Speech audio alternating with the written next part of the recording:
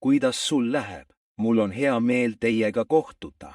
Seekord on teemaks LUNASTUSC ajalugu 8. sari. TORVIKULEPINGUTAITUMINNI 10 NUTKU, VALJSOIT ja KANANISSSISSSOIT. Jumala haldamise valguses LUNASTUSC ajaloos. Autor on Abraham Park. Eessõna. Rohelised võrsed trükivad läbi talve külmunud maa ja kevad ärgab ellu täies õies asalejate ja forsüütjatega. Looskav suvepäike muudab maailma lopsakaks roheliseks oaasiks. Sügis aga värvib põllud kuldsede lainedega ja mäed erkpunase lehestikuga. Seejärel, kui viimased lehed ükshaaval langevad, saabub talv teravate tuulde ja valge lumevaibaga. Muudes maa külmunud vaiguseks. Kevade, suve, sügise ja talve lõputud tsükkel tundub nagu peegeldus pidevalt muutuvatest ja arenevatest aastaaegatest meie endi elus.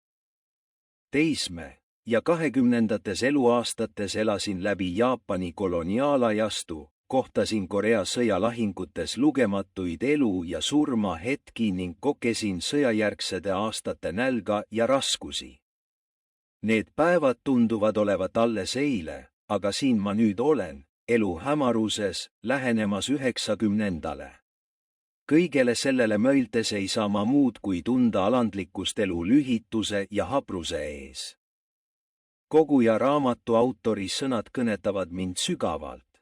Ma olen näinud kõiki tegusid, mis päikese all tehakse, ja vaata, kõik on tühi töö ja tuule ahistamine. Koguja 1:14. Usuinimestel on aga loodust, sest Jeesus andis meile igavese elu ja taevase pärandi kingituse. Ainult Jeesus, kes valas oma vere ristil meie eest ja viis lõpule lunastustöö, on meie elav loodus, 1. Peetruse 1:3 ja meie loodus auhiilgusele, Kolosslastele 1:27. Lunastuse ajalugu on juurdunud Jumala igavestes määrustes, mis määrati enne maailma rajamist. See on kogu see langenud inimkonna päästmise ajalugu Jeesus Kristuse surma ja ülestõusmise kaudu, nagu Jumal on määranud. Jumala lunastustöö edenes lakkamatult vaatamata inimkonna mässule ja uskmatusele ning saatana takistustele. Jumala lepingud ja nende täitumine sidusid pidevalt tema päästetööd ajastust ajastusse. Igal ajastul uuendatud lepingud said lunastustöö struktuuriliseks raamistikuks. Jumal sõlmis palju lepinguid, sealhulgas naise seemne lubatuse Eeteni aias, Noa lepingu, Abrahami lepingu. Lepingu Iisakiga, lepingu Jaakobiga, Siinai lepingu, Moabi lepingu, preestrilepingu, Taaveti lepingu, soolalepingu, uue lepingu Jeremiaga ja lepingu Hesegeliga. Kõigist lepingutest on esimene, Moosese raamatu 15. peatükis kirjeldatud tõrviku leping lunastustöö selgrooks. Kirjutasin tõrviku lepingust ja selle täitumisest lunastusajaloo sarja teises köides, tõrviku leping. Unustatud kohtumine väljarände ja kõnnumaa teekonna ajaloos. Siiski kahetsesin, et piiratud ruum tagistas mul teemat üksikasjalikumalt käsitlemast. Olen tänulik võimaluse eest ümber korraldada ja täiendada tõrviku lepingu sisu sarja 8. köites, tõrviku lepingu täitumine. Seda raamatut võib pidada järjeks teosele, tõrviku leping. Unustatud kohtumine väljarände ja kõnnumaa teekonna ajaloos, kus käsitletakse lähemalt 10 nuhtlust ja väljarännet, elu kõrpes ja Kaananisse sisenemise täitumist, kõik maa vaatenurgast. Kuigi pühakiri jutustab teekonnast, mis algas väljarändamisega esimese kuu 15. päeva öösel aastal 1446 enne Kristust, juudi ajaarvestusmeetod, kuni Iisraeli saabumiseni Siinai kõrbesse 3. kuu 1. päeval, põhineb Hebrea tekstis 2. Moosese 19:1 jäid täpsed kuupäevad ja sündmused igas paigas ebaselgeks. Kuid Jumala suveräänse armu töö kaudu on need detailid selles raamatus selgelt korraldatud. Kui lugejad vaatavad enne selle raamatu lugemist üle lunastuse ajaloo sarja 2. ja 7. köite, tõrvikuleping. Unustatud kohtumine väljarände ja Kõnnumaa teekonna ajaloos ja igavene leping kõigile põlvkondadele, 10 käsku, avanevad nende vaimsed silmad nägema Jumala lubatuste eksimatut täitumist. Nad on kindlasti veendunud Jumala suveräänse armu võitus. Jumal juhtis 400 aastat orjuses olnud iisraellased Egiptusest välja, et täita tõrvikuleping. Neil tundus võimaduna saada vabanemist Egiptuse rõhumisest, mis oli tol ajal kõige võimsam rahvas. Kuid Jumal tegi imetegusid ja tunnustähti 10 nuhtlusega, et sundida Vaarao ja egiptlased alistuma. Et ta saaks täida tõrvikulepingu. See kõigeväeline issand Jumal, kes kuulutas Egiptusele 10 nuhtlust, on lepingu igavene Jumal, kes tegutseb meie sees ja meie eludes täna. Isegi sel ajastul võidab Jumal kõik kurjuse jõud, nii suured kui Egiptus ja Vaarao. Tema suur vägi kaitseb endiselt oma rahvast. Jumal, kes kuulutas Egiptusele 10 nuhtlust, teeb ka elavaid imesid. Et päästa oma pühakud selle maailma ülekohtust ja rõhumisest. Selle maailma lõpus mõistab Jumal, kes mõistis kohud Egiptuse jumalade üle, kohud ka selle maailma jumalade üle, sealhulgas materialismi, ahnuse, humanismi ja sünkretismi üle.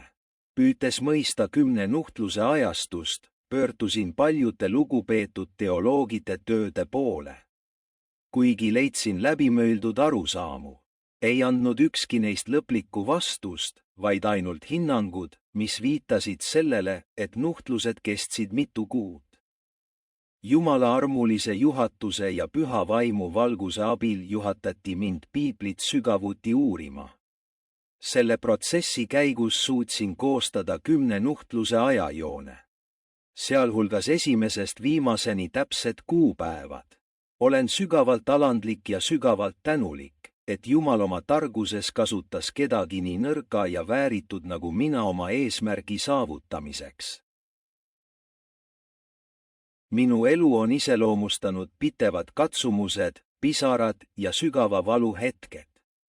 Olen silmitsi seisnud teiste arusaamatuste, laimu ja häbiga, mis kohati tundus talumatu. Ometi kasutas Jumal oma halastuses neid raskusi, et mind oma sõnale lähemale tõmmata. Palve ja visaduse kaudu ilmutas ta mulle oma tõde. Pühakirjaga maadledes oli mul õnnistus juua sügavalt Jumala elava vee allikast ja kogeda tema õigeaegse vaimse vihma roomu. Kogu oma elu on mind võimsalt puututanud psalmi 84, 6 lubatus. Kui nad lähevad läbi Peka oru, teevad nad selle allikaks, varajane vihm katab selle õnnistustega. Mida rohkem aega ma Jumala sõnas veetsin, seda lugedes ja uurides. Seda täis mind oli kirjeldamatu room, Jeremia 15:16. Püha vaimu suveräänse juhatuse läbi tõmbus mind imetlema Jeesus Kristuse armu ja evangeeliumi sügavaid salatusi. Iga päev sai võimaluseks elada tänulikkuses, kogedes Jumala armu rikkust. Tundus, nagu pühakiri oleks mu ees ellu ärganud, otse kui ilus Jumala käe läbi loodud lugu. Olen täis suuri emotsioone. Kui Jumala mulle aastakümnete jooksul osaks saanud armu jäädvustavade tuhmunud käsikirjade sisu on ümber korraldatud, täiendatud ja trükitud. Raamat aitab lugejatel oluliselt mõista autori ühtset ideoloogiat. Räägitud sõnade puhul võib kuulaja kõnelejat valesti mõista, kuid autori kavatsused saab lugejale täpselt edasi anda. tavaliselt ilma arusaamatusteta. Loodan siiralt, et lunastuse ajaloo sari on aluseks piiblikeskse, konservatiivse reformeeritud usu õige mõistmise arendamisele. Alandliku südamega ühendan käed palves, et see raamat, hoolimata oma puudustest, võiks nii väikestel kui ka olulistel viisidel panustada Korea kristluse ajalukku. Olgu see ka abiks juhiseks lugejatele, kes armastavad Jumalat ja igatsevad tema sõna sügavamat mõistmist. Lõpetuseks avaldan siirast tänu ustavate käte eest, kes on aitanud minu käsikirju korraldada ja toimetada, taludes sünnitusvalusid, mis sarnanevad sünnitusvaludega. Jumal vabastas iisraellased Egiptusest ja juhatas nad maale, mille ta valis Hesekel 20:6. Samamoodi on taevariik, maa, mille Jumal valis enne maailma rajamist, valmistatud kõigile pühatele, Matteuse 25:34. Ma siiralt loodan, et kõik kirikud üle maailma Kristuse ihu saavad üle patu raevugatest tõusutest ja säilitavad usu, et nad saaksid siseneda Jumala poolt ettevalmistatud igavesse taevariiki. 2. Timoteosele 4:7. Auväärne Abraham Park, Jeesuse Kristuse ihu tähtsusetu liige, ränduri teel taevasse. 3. oktoober 2013. Esimene osa, lepingute KESKME, TORVIKULEPING. Esimene, Moosese raamatu 15. peatükis üksikasjalikult kirjeldatud tõrviku leping on sügav tunnistus Jumala väest ja ustavusest, ilmutades tema vangumatut pühendumust oma rahvale. See leping, mis ratifitseeriti aastal 2082 enne Kristust, kui Abraham oli 84-aastane, sai oma nime elava kujundi järgi leegitsevast tõrvikust, mis läbis Abrahami lõigatud ja Jumalale ohverdatud loomade tükke. Esimene, Moosese 15:17. Tol ajal lõikasid iidse lähis, itakompe kohaselt lepingu sõlminud pooled looma pooleks ja asetasid tükid teineteise vastas. Seejärel kõndisid mõlemad pooled tükkide vahel, mis tähendas, et lepingut rikkuvat poolt ootab sama saatus kui ohverdatud looma. Jeremia 34:18. Selles ainulaadses lepingus ei liikunud aga tükkide vahelt mitte Abraham, vaid leegitsev tõrvik, Jumala kohaloleku ilming. See sügavalt sümboolne tegu näitas, et leping sõltus täielikult Jumala ustavusest ja suveräänsusest. Läbi tükkide lugedes kinnitas Jumal võimsalt oma muutumatut tahet ja absoluutset pühendumust täida Abrahamile antud lubatused, Jesaja 10:17. Tõrviku lepingu ülestähendus hõlmab aega alates selle kinnitamisest Abrahamiga kuni tema järeltulijate naasmiseni Kaananisse 4. põlvkonnas. Esimene, Moosese 15:16. See käsitleb olulisi sündmusi lunastusperspektiivist, nagu orjus Egiptuses, väljaränne ja sisenemine Kaananisse. Tõrviku leping on kõigi piibellike lepingute seas keskne leping, kuna see kehastab Jumala imelist juhtimist lunastusajaloos. Esimene peatükk, TORVIKULEPINGU tähtsus. 7 Abrahamiga sõlmitud lepingut. Jumal käskis Abrahamil, mine omalt maalt, oma sugulaste seast ja isakojast maale, mille ma sulle näitan. Esimene, Moosese 12:1. Abrahamil paluti katkestada sidemed oma sugulaste ja kodumaaga ning kõigega, mis oli tema elu 75 aastat toetanud. Ta pidi täielikult lootma ainult Jumalale ja alustama otsast peale. Abraham lahkus oma kodumaalt 2 korral. Esmalt lahkus ta Kaldea Uurist oma isa Terahi juhtimisel, enne kui asus ajutiselt elama Haaranisse, Apostlite teod 7:2. Seejärel, pärast esialgset Urist lahkumist, lahkus ta Haaranist, kus ta elas aastaid, Apostlite teod 7:4. Abraham oli 75 aastat vana, kui ta lõpuks Haaranist lahkus, 1. Moosese 12:4. Kui Abraham valmistus lahkuma oma maalt, sugulastelt ja isakojast, hakkas Jumal talle lubatusi andma. Ta kinnitas oma lepingud Abrahamiga 7 korda. Järgnevalt on need lepingud üksikasjalikult kirjeldatud. Esiteks, aastal 2091 ega kutsus Jumal Abrahami Haranist ja andis esimese lubaduse.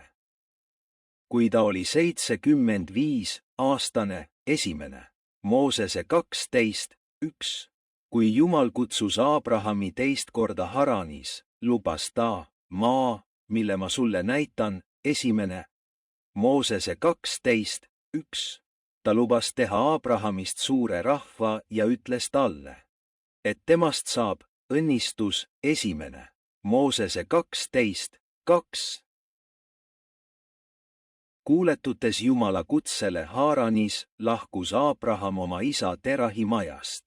Usu läbi rändas ta maa poole, mille Jumal talle näitas, et saada see pärandiks, teadmata, kuhu ta läheb, heebrealastele 11:8. Teiseks, aastal 2091 enne Kristust lubas Jumal Abrahamile esimest korda Kaananimaa Sekemis. Ta oli 75 aastat vana, 1. Moosese 12:7. Lõpuks jõutis Abraham Kaananimaale ja läbis maa kuni Sekemi kohani, Muur-Tammeni, 1. Moosese 12:5. Sel ajal lubas Jumal Abrahamile, sinu järeltulijatele ma annan selle maa, 1. Moosese 12:7. See oli esimene kord, kui Jumal osutas konkreetselt maale, mille ta Abrahamile annab. Vastuseks ehitas ta sinna altari Issandale, kes talle oli ilmunud. Pärast seda läks Abraham Beetelist ida pool asuvatesse mägedesse ja lõi sinna oma telgi üles. Beetel asus läänes ja Ai idas. Ka seal ehitas Abraham Issandale altari ja hüüdis appi tema nime, 1. Moosese 12:8. Iga kord, kui Abraham oma telki liigutas, palvetas ta siiralt, tänades Jumalat, et ta oli teda siiani juhtinud ja usaldanud edaspidise teekonna täielikult tema juhtimisele. Abraham jätkas rännakut Sekemist lõunasse, kuni maad tapas ränk nälg, mis sundis teda Egiptusesse reisima, 1. Moosese 12:9. Seal koges Abraham ränga kannatust. Egiptuses viibites kartis Abraham egiptlasi oma naise Saara ilu pärast. Ta ütles talle, kui egiptlased sind näevad, siis ütlevad nad, see on tema naine, ja nad tapavad mind, aga sind jätavad nad elama. Ütle palun, et sa oled mu õde, et mul sinu pärast hästi läheks ja et ma sinu pärast elaksin, 1. Moosese 12:11. Nagu Abraham ootas, nägid egiptlased Saara rabavat ilu ja Vaarao ametnikud märkasid ning kiitsid teda. Selle tulemusel võttis Vaarao Saara oma paleesse, 1.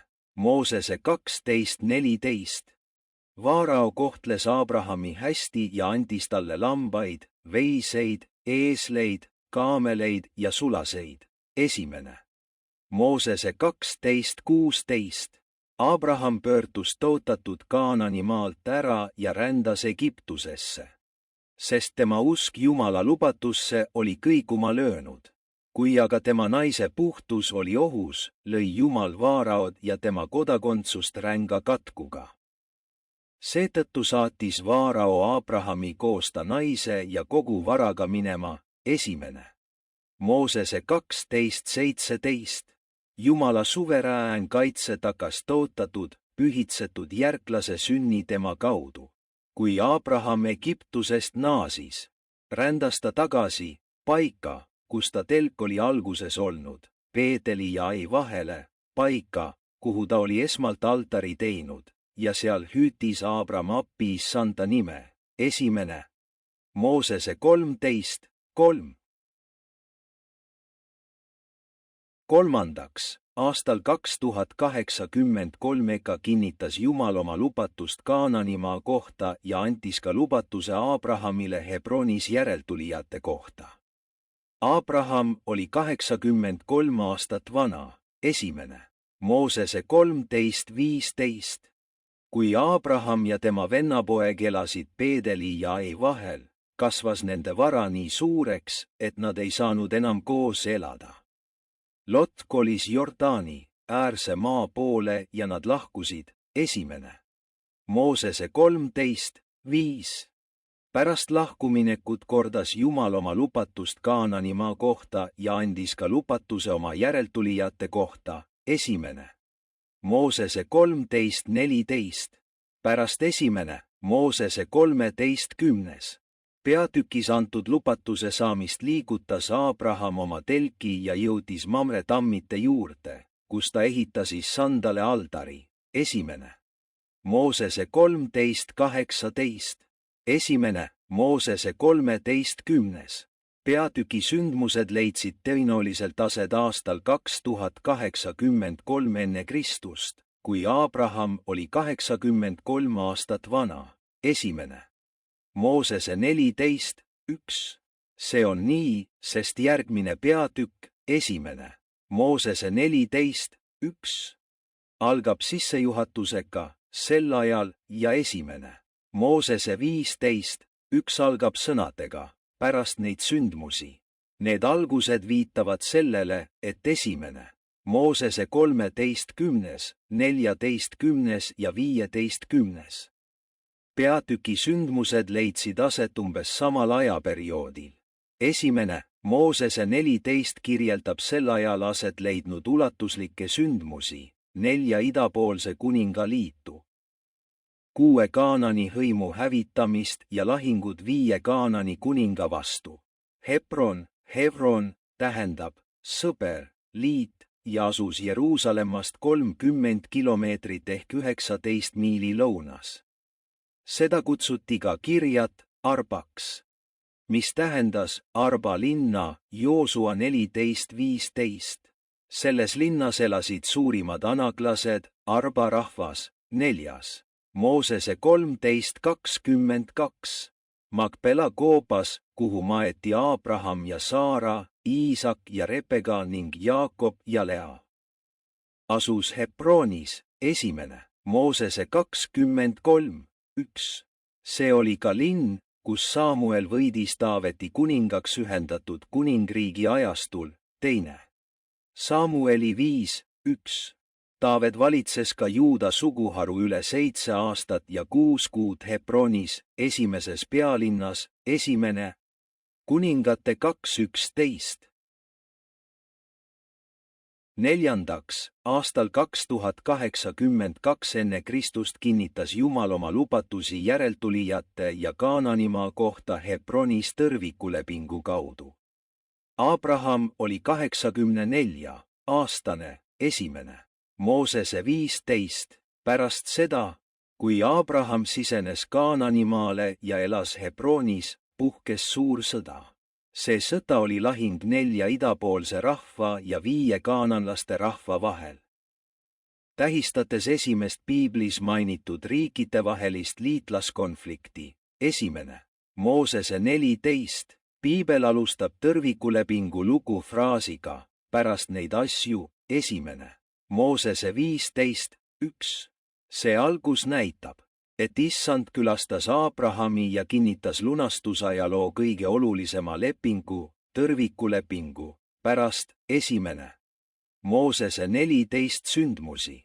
Sel ajal tuli issanda sõna Abrahamile nägemuses ja ta kuulis häält ütlemas: ära karta, Abram, mina olen sulle kilbiks, sinu palk on väga suur. Esimene Moosese 15:1. Jumal lubas Abrahamile järeltulija. Esimene Moosese 15:1. ta kuulutas, kes sinu ihust väljub, see saab su pärijaks. Esimene Moosese 15:4.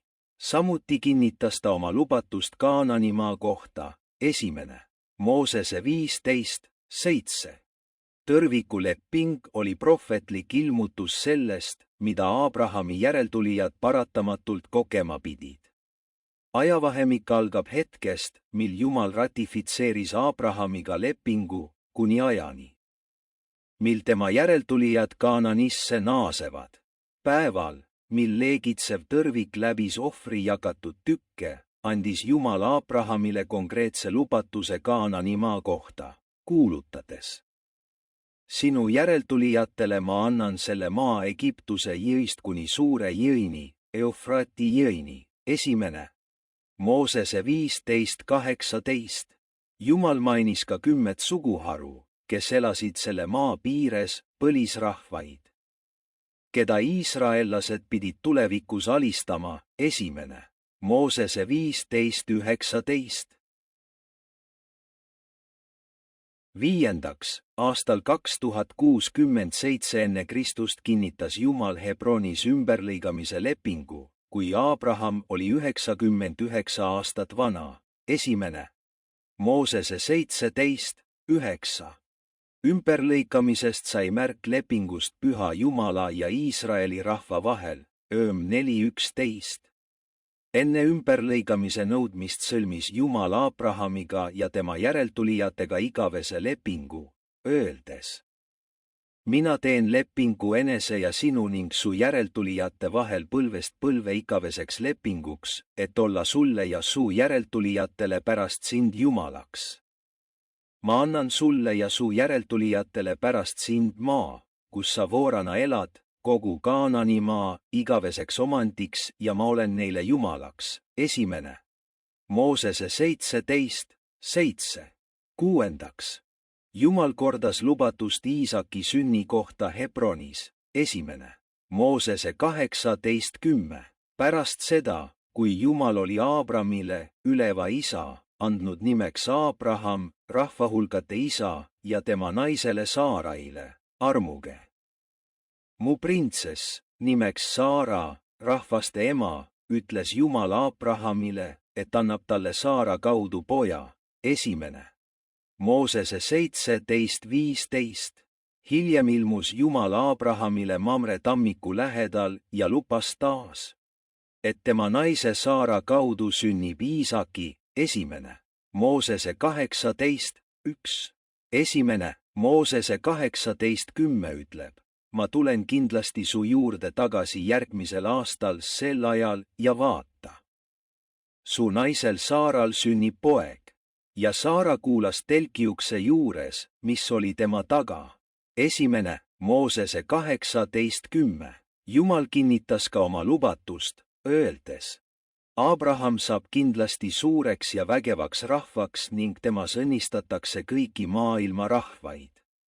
Esimene Moosese 18:18. Seitsmendaks, Abraham sai lõpliku kinnituse kõigi lepingute kohta pärast seda, kui ta oli Piir-Sepas elades Iisaki ohvriks toonud. Esimene Moosese 22:15. Kui Abraham oli 99 aastat vana. Esimene Moosese 17:1 lahkus ta Hebronist, kus ta elas peaaegu 20 aastat. Esimene Moosese 13:18. Ta kolis lõunasse ja elas Geraris, öömajas, Kaadesi ja Suuri vahel. Esimene Moosese 20:1. Gerar oli linn, mis asus Vahemere ranniku lähedal, Gazast lõunas. Esimene Moosese 10:19 ja mida valitses Abimelek. Esimene Moosese 20. Juuta lõunakuningriigi kuningas Aasa ajas kord Etioopia armeed taga kuni Gerarini. Teine Ajaraamat 14:13. Gerar asus Kaadesi ja Suuri vahel. Esimene Moosese 20:1. Kaates, püha paik, asus umbes 80 kilomeetrit, 50 miili, Piir-Sepast lõunas, Võga 4. Moosese 20:3 ja Suur, linnamüür, asus Kaananimaa lõunaosas. Egiptuse kirtepiiri lähedal, võka 2. Moosese 15:22. Lepingu kaudu Gerari kuninga Abimelegiga sai Abraham Pir, Sepa kaevu alalise omandiõiguse, 1. Moosese 21:22.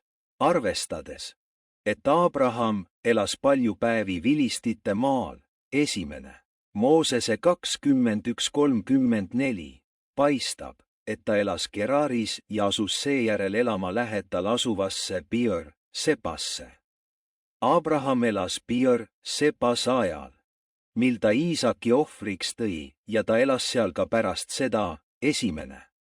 Moosese 22:19. Abraham ohverdas Iisaki ohvriks Moria mäel vastavalt Jumala käsule, 1. Moosese 22:1. Pärast seda katsumust kinnitas Jumal lõplikult kõik lepingud, 1. Moosese 22:15. Abrahami järeltulijad said väga palju, nii et neid oli sama palju kui tähti taevas ja liiva mere ääres, 1. Moosese 22:17. Tema sugu vallutas oma vaenlaste väravad ja selles suguvõsas õnnistati kõiki maailma rahvaid, 1. Moosese 22:18. Jumal sõlmis Abrahamiga kõige rohkem lepinguid. See rõhutab Abrahamiga sõlmitud lepingute tohutut tähtsust lunastusajaloos, kuna nende sisu moodustab lunastusajaloo tuuma. Kogu Iisraeli ajaloo vältel, Egiptuse orjuse, Egiptusest väljarände, Kaanani vallutamise, monarhia perioodi ja isegi pakenduse ajal, otsisid iisraellased Jumala armu ja abi, mis põhines tema lepingul Abrahamiga, Nehemja 9:7. Lisaks pidas Jumal meeles Abrahamiga sõlmitud lepingut ja viis vastavalt sellele läbi oma lunastustöö, Luuka 1:72. Kõigi lepingute keskmes on leping Abrahamiga ja Abrahami lepingu keskmes on tõrvikuleping. Teoloog Erich Sauer märkis tõrvikulepingu keskset rolli lunastusajaloos, öeldes: päästeajaloo seisukohast on see Vana Testamendi kõige olulisem leping, 1. Moosese 15:9. Tõrvikuleping lubas Iisraeli järeltulijate ja neile lubatud maa taastamist. Samal ajal ennustas see vaimseid iisraellasi ja nende sisenemist Jumala ootatud kuningriiki. Selle raamatu autor on Abraham Park. Abraham Park oli tunnustatud maailmatasemel teoloog, kellel oli märkimisväärne pastoraalne vaimsus. Ta oli pühendanud kogu oma elu palvele ja pühakirjale. Olles lugenud piiblit üle 1800 korra, kogu oma eluaegse teenistuse jooksul oli ta tõeline pastor, kes armastas kirikut ja kogutust nagu oma lapsi.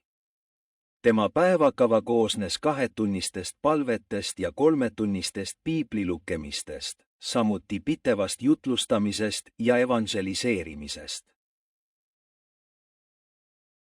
Veendunud veendumusega, et surramine on elamine, andis ta oma parima oma palveelus Jumala poole 3 aastat, 6 kuud ja 7 päeva sügavates mägedes.